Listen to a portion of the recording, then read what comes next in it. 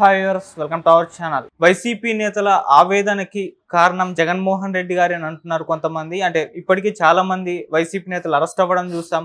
కొంతమంది నేతల మీద దాడులు జరగడం చూసాం. వీళ్ళు ఇంత ఆవేదన చెందడానికి జగన్మోహన్ రెడ్డి గారు చేసిన పొరపాట్లే అని చెప్పేసి కూడా చెప్పడం చూస్తున్నాం. అసలు జగన్మోహన్ రెడ్డి గారు ఏం చేశారు? మీరు వైసీపీ నేతల అరెస్టు గల కారణాలు ఏంటి? ఇప్పుడు ఇదే అంశం మీద డిస్కస్ చేయడానికి ప్రజెంట్ మనతో పాటు జగదేవ్ గారు సీనియర్ జర్నలిస్ట్ ఉన్నారు. వారితో ఒకసారి మాట్లాడదాం. సార్ నమస్కారం సార్. సార్, జగన్మోహన్ రెడ్డి గారి వల్లనే వాళ్ళ సొంత నేతలే ఇవాళ వేదన చెందుతున్నారు, అరెస్టులు అవుతున్నారు, వాళ్ళ మీద దాడులు జరుగుతున్నాయి అంటున్నారు సార్. మరి ఇది ఏ విధంగా అంటారు? దీన్ని ఏ విధంగా చూస్తారు సార్ మీరు? ఇంతకుముందు కూడా ఒక డిస్కషన్లో మీకు చెప్పినట్టున్నాను. ఏంటంటే జగన్మోహన్ రెడ్డి గారి మెప్పు కోసము, జగన్మోహన్ రెడ్డి గారి ఆయన కళ్ళల్లో మనం పడితే మనకేమైనా పదవులు వస్తాయనో, లేదా ఆయన ఎవరు భావన మద్దులచూరు సూర్య సంథింగ్ అప్పుడులో పెద్ద ఇదైంది కదా, బావ కళ్ళల్లో ఆనందం కోసమే ఈ పని చేశానని పరిటాల రవి గారి అతివేశంలో అప్పుడులో చాలా ట్రోల్స్ అయ్యాయి. అలాగా జగన్మోహన్ రెడ్డి గారి కళ్ళల్లో ఆనందం కోసము మొత్తానికి నాయకులు ఈ 151 సీట్లు 2019లో గెలుచుకుంటే అందులో 140 మంది చక్కగానే ఉన్నారు. ఈ 11 మంది అంటే 11 మందిలో జగన్మోహన్ రెడ్డి గారు ఉన్నారు. ఒకటి తీసేస్తే ఈ 10 మంది నాయకులు ఎవరైతే ఉన్నారో వీళ్ళే ఇబ్బందులు పడుతున్నట్టుగా నాకు అనిపిస్తుంది. ఎందుకు ఇబ్బందులు పడుతున్నారు? జగన్మోహన్ రెడ్డి గారి కళ్ళల్లో ఆనందం కోసము, లేదంటే ఆయన దృష్టిలో పడితే మనకి ఏమైనా పదవులు వస్తాయని ఆశతోనో స్వార్థంతోనో, లేదు తాడేపల్లి ప్యాలెస్ నుంచి వచ్చిన ఆదేశానుసారంగా ఇది ప్రత్యర్థుల మీద దాడి. అంటే ఎటువంటి దాడి అంటే చూసారా, అది టెంపర్ సినిమా ఎన్టీఆర్ గారు అన్నట్టు దయాగాడి దండయాత్ర అన్నట్టుగా చెలరైపోవడమే. అంటే ఆడమ్మ బాబు పిల్లలు అందరినీ ఆడేసుకోవడమే. ఇంకా అంటే గొప్ప ఫ్యాషన్. అంటే ఇలా మాట్లాడితేనే నన్ను అందరూ ట్రోల్స్ చేస్తారు చూస్తారు అనుకున్నారు ఏంటో, కానీ చెలరేగిపోయి మాట్లాడారు. నిన్నే ఇప్పుడు ఒక ట్రోల్స్ చూశాను. ఆయన ఎవరు రాజేష్ మహాశయన్ అని ఒక ఆయన ఉంటాడు, ఆయన యూట్యూబర్. ఆయన అదే అన్నాడు, పవన్ కళ్యాణ్ అనే వ్యక్తి 3 పెళ్ళిళ్ళు చేసుకున్నాడు, 4 పెళ్ళిళ్ళు చేసుకున్నాడని చెప్పి విమర్శించే ప్రతి ఒక్క వైసీపీ నాయకుడు కార్యకర్త లేదా నాయకులు ఎవరెవరు బండారం అని చెప్పి దువ్వాడ శ్రీనివాస్ గారు వ్యవహారం. దువ్వాడ శ్రీనివాస్ గారు పవన్ కళ్యాణ్ గురించి ఏం మాట్లాడవసరం చూద్దామని వేశాడు. ఆయన వేస్తే మన హిందూ సంప్రదాయంలో ఒక భార్య, ఒకటే తాళి, ఒకటే ఇది, ఒకే బాణం, ఒకటే మాట, రాముడిలా ఏవో డైలాగ్ చెప్పాడు. అటువంటి వాడు అసలు నాయకుడేనా, మనిషేనా అన్ని మాట్లాడాడు. ఇప్పుడు ఏమైంది ఆయన పరిస్థితి? భార్య, పెళ్ళిడికి వచ్చిన కూతురుంది, ఇన్నున్నా కూడా ఇంకో ఆవిడతో ఎఫ్ఐఆర్ అని పెద్ద ఇష్యూ అని ఇప్పుడు వాళ్ళు భార్య పిల్లలు గొడవ దిగుతున్నారు. రోజు వార్తలో చూస్తున్నాం దువ్వాడ శ్రీనివాస్ గారు.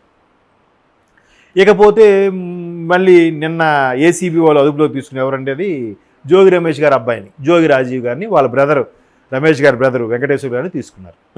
ఎందుకయ్యా? అంబాపురం సంబంధించిన అగ్రిగోల్డ్ భూములకు సంబంధించి ఆల్రెడీ సిఐడి కేసు నడుస్తున్న దాని మీద వీళ్ళ పేరు మీదకి మార్చేసుకొని వీళ్ళు ఇంకోళ్ళకి అమ్మేసి చూడండి. అంటే అధికారం మాది, మేము ఏం చేసినా చెల్లుతుంది, మమ్మల్ని ఎవడు ఆపేది లేదు, 30 ఏళ్ళు మా జగన్మోహన్ రెడ్డి ముఖ్యమంత్రి ఉంటాడు. ఇదే కాన్సెప్ట్. అంటే ఒక మోసలో బతికేశారు, ఒక మాయలో బతికేశారు వీళ్ళంతా. ఇప్పుడేమైంది? ఇదే జోగి రమేష్ గారు ఏంటది పవన్ కళ్యాణ్ కానీ, చంద్రబాబు నాయుడు గారిని కానీ, లోకేష్ గారిని కానీ ఇష్టం వచ్చినట్టు మాట్లాడారు. రఘురామకృష్ణరాజు గారిని అయితే ఇంకా బూతులే మాట్లాడారు. ఇప్పుడేమంటున్నారు? కక్ష సాధింపు, నేను ఒక అదేంటి అణగారి వర్గాన్ని వాడిని కాబట్టి నన్ను. ఇంకా అణగారి వర్గం ఏంటి? ఎవరికైతే కింద స్థాయిలో ఉంటారో, తిండికి లేదో వాళ్ళకి రిజర్వేషన్లు కల్పించి వాళ్ళని సొసైటీలో ఒక స్థాయిలో తీసుకురావాలని రిజర్వేషన్లు పెట్టారు. నువ్వు మంత్రి అయిపోయినా కూడా ఇంకా నువ్వు నిమ్న వర్గాలు, అణగారిన వర్గాలు అంటే ఎలా అవుతుంది? ఎన్ని కోట్లు వెనకేసారో తెలియదు. దీని చూడండి, మళ్ళీ ఇక్కడ క్యాస్ట్ని లాగేసి ఈయన తప్పించుకోవాలి. కులాలని మతాలను రెచ్చగొట్టేసి మళ్ళీ వీళ్ళు హాయిగా తుండుకొట్టేసుకుని కూర్చోవాలంటే వీళ్ళ కాన్సెప్ట్ అది. సో ఇక్కడ ఈ జోగి రమేష్ గారిది ఇన్ని మాట్లాడిన వ్యక్తి ఇప్పుడు ఏమైంది? ఇప్పుడు ఏం మాట్లాడతారు? ఒకవేళ చర్యలు తీసుకుంటే కక్ష సాధింప. మరి అప్పుడు అందుకే అంత చెలరైపోయారు. కొడాలి నాని గారు మరి ఇంకా చెప్పకనే అనలేదు. ఆయన ఏమయ్యాడు కూడా తెలియదు ఎవరికి.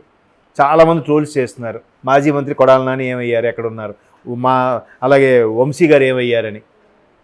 ఇంకా రోజా గారు అయితే రాష్ట్రం విడిచి వెళ్ళిపోయారు, చెన్నైలో ఉంటున్నారు అన్నట్టు కూడా వార్తలు వస్తున్నాయి. ఆవిడ అక్కడ చెన్నై ఇండస్ట్రీని ఏదో ట్రై చేసుకుంటున్నారు. ఆవిడ అనడానికి తప్పులేదండి. ఎందుకంటే ఈయన అండ చూసో లేదా ఈయన ఏదో పదవిస్తాడని ఆశపడో లేదంటే కలకాలం మనమే మంత్రులుగా ఉండిపోతాము అని ఒక మాయలోనో బతికేశారు కదా. ఇప్పుడు ఏమైంది, ఎవరెవరైతే నోరు పారేసుకొని ఇష్టం వచ్చినట్టుగా బిహేవ్ చేశారో వాళ్ళే సఫర్ అవుతున్నారు. ఈ మిగతా 140 మంది 130 మంది ఉన్నారే, వీళ్ళు ఎక్కడున్నారు ఎవరికైనా తెలుసా? వీళ్ళు రేపొద్దున టీడీపీలోకి జనసేనలోకి వెళ్ళినా ఆశ్చర్యపోక్కర్లేదు, లేదా ఎవరి పనులు వాళ్ళు చేసుకున్నా ఆశ్చర్యపడక్కర్లేదు. నాకు తెలిసి పేరు అనవసరం, ఉమ్మడి గుంటూరు జిల్లాకు చెందిన ఒక వ్యక్తి ఇక్కడ రియల్ ఎస్టేట్ బిజినెస్ చేసుకుంటాడు. ఆయన పేరు మోసిన రియల్ ఎస్టేట్ కంపెనీ, పేరు అనవసరం మీకు. ఆయన అప్పుడు కూడా ఎక్కడ ఎవరితో నోరు పారేసుకోలేదు. ఒక ప్రజాప్రతినిధిగా ఎమ్మెల్యే అంటే ఎమ్మెల్యేగానే ఉన్నాడు ఆయన. చక్కగా అక్కడికి వెళ్ళినప్పుడు సాధక బాధలు తెలుసుకునేవాడు. ఏంటి జగన్మోహన్ రెడ్డి గారి ప్రభుత్వంలో బాగుంటుందమ్మా, పథకాలు అన్నీ అందుతున్నాయి అంతే. చంద్రబాబు అలాంటోడు, లోకేష్ లాంటోడు, పవన్ కళ్యాణ్ 3 పేర్లు ఇవేం మాట్లాడలేదు. ఇప్పుడు చక్కగా ఏమైంది, ఓడిపోయాడు, వచ్చాడు హైదరాబాద్లో మళ్ళీ ఆయన రియల్ ఎస్టేట్ బిజినెస్ చేసుకుంటున్నాడు. ఇంకా బాగుంటే ఆయన ఇంకోటి కూడా అంటున్నాడు, ఎలాగో బాబు గారు వచ్చారు, అమరావతి మళ్ళీ ఊపందుకుంటుంది, అక్కడ కూడా ఇంకోటి స్టార్ట్ చేస్తాం రియల్ ఎస్టేటు. హ్యాపీ కదా. ఆయన బిజినెస్ కూడా ఇబ్బంది పెట్టడు, ఆయన మీద కేసులు ఎవడు పెట్టడు. కేసులు ఎందుకు కేసులు పెట్టండి, ఊరికే పెట్టట్లేదు. ఇక్కడ గతంలో చేసిన తప్పిదాలే కేసులుగా వెంటాడుతున్నాయి. అది మర్చిపోయి కక్ష సాధింపు, మమ్మల్ని కావాలని అరెస్ట్ చేస్తున్నారు. వెంటనే జగన్మోహన్ రెడ్డి గారు సాయంత్రం వేసరికి ఒక స్టేట్మెంటు, బాబు గారు మీ పద్ధతి మార్చుకోండి, ఇదేం బాగోలేదు, మా వాళ్ళు ఇబ్బంది పెడుతున్నారు, నెక్స్ట్ 5 ఏళ్ళు మేమే వస్తాం ఇప్పటి నుంచే.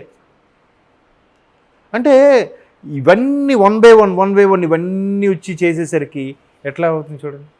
మొన్న మదనపల్లికి సంబంధించి చూశారుగా, పెద్దిరెడ్డి రామచంద్రారెడ్డి గారు, చంద్రబాబు నాయుడు గారు ఆయన టార్గెట్ చేశారంట, అందుకే ఆయన మీద బురజల్లే ప్రయత్నం చేస్తున్నారంట. మరి మదనపల్లిలో సబ్ కలెక్టర్లో ఉండే ఆ డాక్యుమెంట్ రూమ్ ఛాంబర్ మాత్రం ఎందుకు కాలిపోయింది? ఎవరా ఉద్యోగి? అంతకు ఒక 15 రోజుల కిందట సెక్రటేరియట్లో ఉన్న కొన్ని రకాల ఫైల్స్ ఎందుకు మాయమయ్యాయి? ఏంటి ప్లాను? ప్రభుత్వం ఎవరిది? నిజంగా కూటమి ప్రభుత్వమే నడుస్తున్నట్టయితే, కూటమి ప్రభుత్వమే కూడా మీలాగే ఆలోచించినట్టయితే అసలు వీళ్ళ ఆటలు సాగుతాయా? వీళ్ళు ఒక్కొక్కరు ఇప్పుడు ఇదే దువ్వాడు శ్రీనివాస్ గారు వాళ్ళ భార్య కూతురు ఇంటి మీదకి వెళ్ళి అటాక్ చేస్తున్నారు. అక్కడ మధ్యలో అడ్డగా ఉండేది ఎవరు? పోలీసులేగా. అదే కూటమి ప్రభుత్వం కదా ఇప్పుడు ఉంది. కూటమి ప్రభుత్వం ఉంది కాబట్టి పోలీసు బాబు మీరు సైడ్ వెళ్ళిపోండి, వాళ్ళు కొట్టుకుంటారని ఊరుకు ఆర్డర్స్ పాస్ చేస్తే, కానీ కూటమి ప్రభుత్వం అలా చేయట్లేదుగా. అయ్యా పోలీసులు మీ పని మీరు చేయండి అయ్యా, అసలు ఇన్వాల్వ్ అవ్వలేదు ఎవరు కూడా. వీళ్ళు చేసి మళ్ళీ ఇట్లా అంటే ఇప్పుడు ఏమవుతుంది, ఎవరైతే ఆయన మెప్పు కోసమో ఆయన కళ్ళల్లో పడితే మనకు పదవులు వస్తాయని ఆశించారో వాళ్ళందరూ కూడా ఈరోజు పేపర్ యాడ్ ఇవ్వాల్సిన పరిస్థితి ఉంది వాళ్ళ మీద. అంటే కనబడట లేదు అని. ఎందుకు ఆ పరిస్థితి వచ్చింది? విమర్శకు కూడా ఒక హద్దు ఉంటుంది కదా, ఆ మాత్రం విమర్శించవచ్చు కదా. ఎక్స్ట్రీమ్ లెవెల్గా ఆడ సన్నాసి, ఆడు 420, ఆడ దొంగ యాదవ, ఆ నియోజకవర్గంలోనే గెలవడు, ఆడు కొండాకోడు, ఏమిటా మాటలు? ఒక రకమైన యాక్సెంట్లో, ఆ స్లాంగ్లో అట్లా మాట్లాడి నా కాలు జగన్మోహన్ రెడ్డి కాలు వెంట్రుకతో సమానం అని అంటది ఆవిడ. ఇంకో ఆవిడ అంటది గాడిదకి వచ్చినట్టు 50 ఏళ్ళు వచ్చి అంటది ఒక ఆవిడ. ఏమిటి పదజాలాలు? అంటే వీళ్ళు తెలుగు వచ్చా లేదంటే ఎవరితో నేర్పిస్తే చూసారా, తెలుగు రానోళ్ళు ఎవడో బూతులు చెప్పినా కూడా అది వాడదామా, మనకు మంచి క్రేజ్ ఉంటుందా, ఓకే వాడేది. తెలుగు రానోళ్ళు మాట్లాడతారు చూసారా, ఎవడో స్క్రిప్ట్ ఇస్తే రాసుకునే వాళ్ళు. అట్లాగా అంటే దీని భావం ఏంటి, దానికి పదం వాడొచ్చా వాడకూడదా అని లేదు. సో అలాంటి వ్యక్తులందరూ ఇప్పుడు ఆవేదన చెందాల్సిన పరిస్థితి.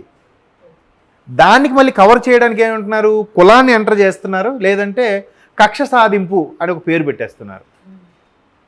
చెప్పండి మీరు, తప్పు చేసిన వాడు చర్యలు తీసుకోకపోతే ఈయన చూసి మరో 10 మంది తయారవుతారు. తీరా తీసుకుంటే కక్ష సాధింప. ఎటు వెళ్తుందండి అసలు రాజకీయం?